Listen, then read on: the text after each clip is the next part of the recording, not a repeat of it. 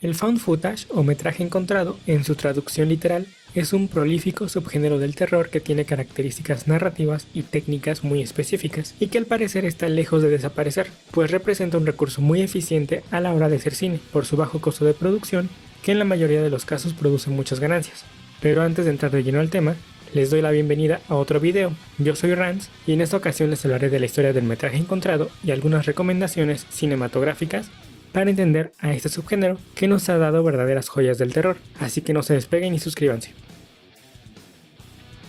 Al parecer las posibilidades para hacer una película de metraje encontrado son vastas y se han hallado ciertas variantes según convenga al director y al equipo de producción, pero lo cierto es que con esta técnica se intenta proyectar realismo con las escenas mostradas, pues ante todo es un archivo encontrado y no creado, y esa diferencia sustancial es la que intenta construir un tipo de terror diferente al establecido en la ficción tradicional, por llamarla de alguna forma.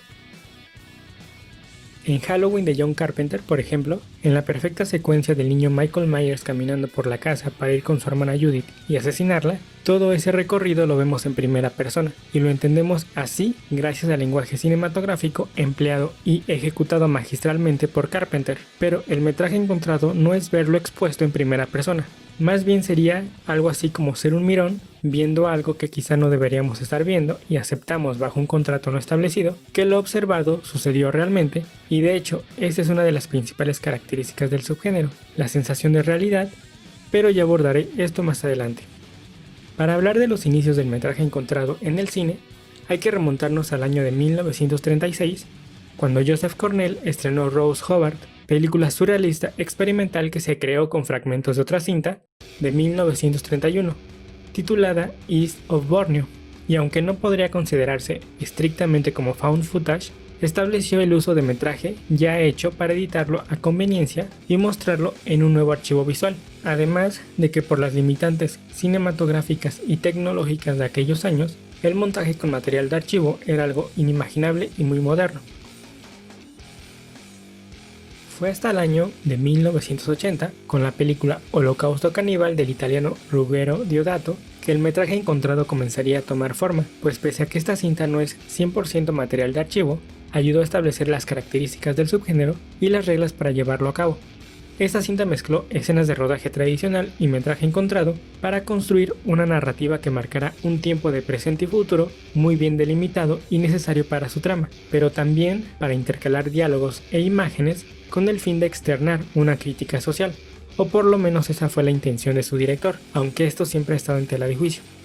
Pero volvamos al grano. El estreno de esta película fue controversial, en primer lugar por la violencia, el gore y el maltrato animal, y por otro lado la promoción con la que se vendió la película, pues fue tanto el impacto de la cinta que muchos espectadores creyeron que lo que habían visto fue real, y Deodato ocupó esta situación para darle alcance a su película, además de que el formato con el que fue hecha la cinta era totalmente nuevo, generando un tipo de respuesta del público novedosa y satisfactoria para el modelo de película que Deodato había creado, y a todo esto se sumaba la petición de la producción a los actores de no aparecer en la esfera pública durante un año, haciendo más fuerte el rumor de que ya estaban muertos. La presión fue tanta que Deodato tuvo que hacer un comunicado diciendo que seguían vivos y presentar a los actores. Sin embargo, no pudo hacer nada con la censura y prohibición de Holocausto Caníbal en muchos países.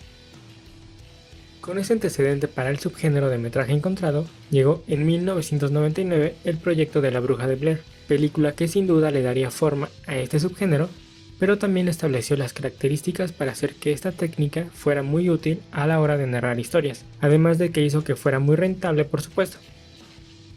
Siguiendo la misma línea de marketing de Holocausto Caníbal, se le pidió a los actores no aparecer públicamente antes y después del estreno, y solo podían usar sus nombres de pila para que no fueran fácilmente identificados. Pero los directores Daniel Myrick y Eduardo Sánchez no se quedaron con eso, y llevaron el marketing de la cinta un paso más, creando afiches de Se Buscan con las fotos de los actores totalmente desconocidos en aquellos años, y aparte se crearon páginas de internet para construir la mitología alrededor de la bruja, y hacer una cronología con los hechos sucedidos que se vieron en la película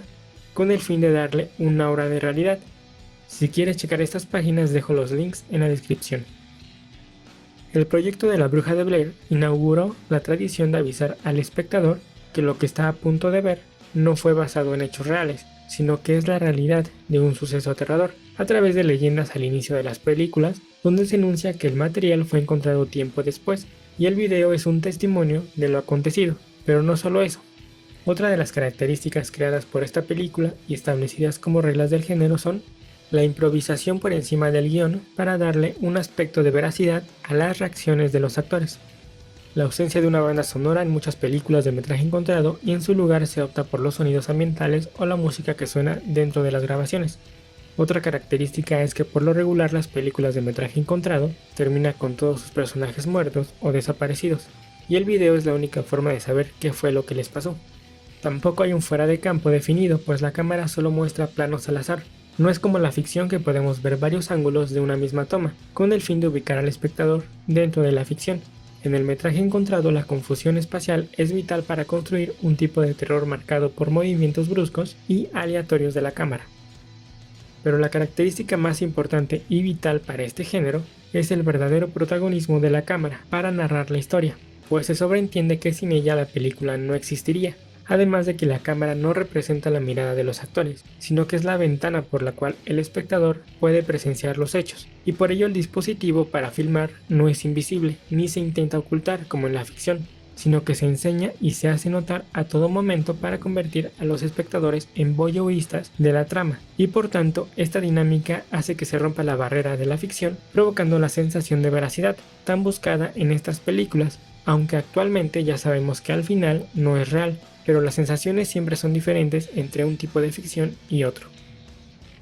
A partir de La Bruja de Blair, la técnica de metraje encontrado comenzó a popularizarse y surgieron películas como The Saint Francis Bale Experiment, The Zombie Diaries, The Great American Snuff Film, August Underground, Noroi, The Last Horror Movie, entre muchas otras, haciendo que de pronto el subgénero se sintiera ya muy desgastado. Sin embargo, pronto se usó el llamado mockumentary o falso documental, que de hecho es un género del cual se desprende el subgénero de metraje encontrado, pero no era muy usado en el terror porque es muy famoso en la comedia y se caracteriza por mezclar archivo encontrado con entrevistas o intervenciones de personas expertas en ciertos temas y narrar la historia a manera de reportaje o documental para enfrentar puntos de vista entre el material de archivo y los expertos en el tema. Holocausto Caníbal en realidad pertenece a este género, pero con esta nueva ola después de La Bruja de Blair y con el formato ya hecho un subgénero del terror, considero dos películas referentes en el formato de falso documental, The Poughkeepsie Tapes y Lake Mungo, de 2007 y 2008 respectivamente,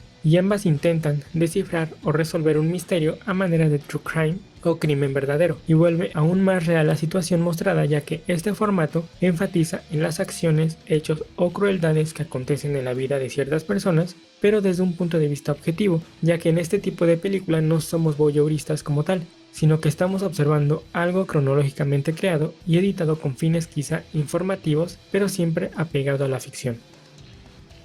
Otra cinta que a mi punto de vista resultó ser una bocanada de aire fresco en este subgénero es Actividad Paranormal, por lo menos la primera del 2007, en parte porque el género seguía siendo explorado, pero también porque la producción fue cuidadosa con la puesta en escena, pues ante todo se cuidaron muchas cosas para crear una sensación de realidad, pese a usar un tema sobrenatural, y también explotó muy bien los tópicos recurrentes en el género de horror y metraje encontrado. Pero no todo ha sido bueno para el metraje encontrado como técnica narrativa. Hay detractores que odian este subgénero por considerarlo manido y limitante a la hora de hacer cine de terror, o incluso lo consideran como la salida fácil para crear una cinta por parte de directores y productoras, considerando que en muchas ocasiones la inversión puede ser recuperada de manera rápida, olvidando la calidad únicamente para fines lucrativos más que por amor al cine de horror, pero al final odiarlo o amarlo será subjetivo. Entre las tantas críticas al subgénero está el hecho de que se considere ilógico que personas en situación de peligro continúen grabando de manera tan constante como lo hacen los protagonistas, asumiendo que en la realidad las personas tratarían de sobrevivir y una cámara podría impedirles lograr eso. También se critica que en ocasiones se contratan actores con un limitado rango actoral, obviamente con la finalidad de economizar, provocando que las reacciones, muchas veces improvisadas, se sientan sobreactuadas, obstaculizando la sensación de realismo. En mi caso considero que el metraje encontrado nos ha dado películas realmente valiosas, pero también siento que la fórmula cada vez se desgasta más, aunque tampoco podemos negar que ya hay reglas y lugares comunes, como en cualquier otro género. aunque de vez en cuando llegan películas que renuevan los tópicos característicos del found footage, como Eliminar Amigo por ejemplo, que adapta el horror a las plataformas de videollamadas, y aunque tiene fallos sin duda se agradece la intención de proponer algo. Y bajo este mismo tema llegó Host este 2020, que en lo personal me gustó bastante por muchas cosas, sobre todo por el contexto de confinamiento actual y la necesidad de trasladar dinámicas presenciales a un plano digital, como sería una sesión espiritista y lograrlo de manera eficiente. Por supuesto no creo que el metraje encontrado desaparezca, y tampoco creo que deba hacerlo. Finalmente siempre habrá público para ciertas películas y siempre es grato ver cómo se renuevan los temas y clichés de un subgénero, y además nunca está de más explorar el terror de diferentes formas.